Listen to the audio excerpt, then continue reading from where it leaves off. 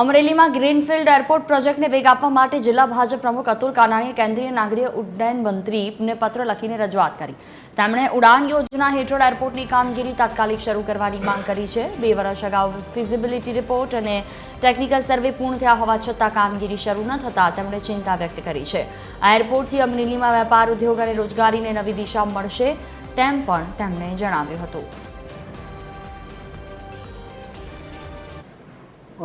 કોઈ પણ મોટું પ્લેન ગમે ત્યારે અમરેલીમાં આવે ત્યારે એમને ઉતરવા માટેની પૂરેપૂરી ફેસિલિટી આ એરપોર્ટમાં હોય એવું નમૂનેદાર અમરેલીનું એરપોર્ટ બને એના માટે મેં રજૂઆત કરેલી છે, જેથી કરીને અમરેલી જિલ્લાનો વિકાસના દ્વાર ખુલે, યુવાનોને વધુ પ્રમાણમાં રોજગારી મળે, હીરા ઉદ્યોગ સાથે સંકળાયેલા કારખાનેદારો અને ઉદ્યોગપતિઓને પૂરું પ્લેટફોર્મ મળે અને ધારી વિસ્તાર છે જ્યાં પર્યટન સ્થળમાં એમને પણ પૂરું પ્રોત્સાહન મળે એવા ભાવ સાથે મેં કેન્દ્ર સરકારને પત્ર લખ્યો છે.